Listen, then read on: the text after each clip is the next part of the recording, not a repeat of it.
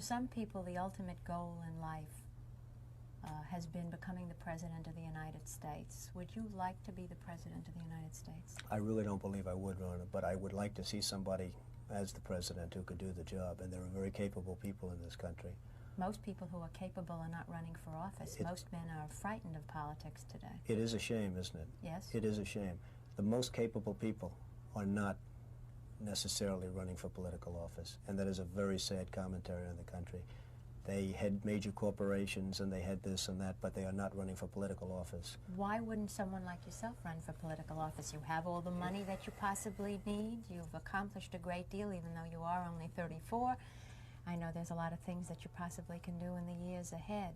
Why wouldn't you dedicate yourself to public service? Because I think it's a very mean life.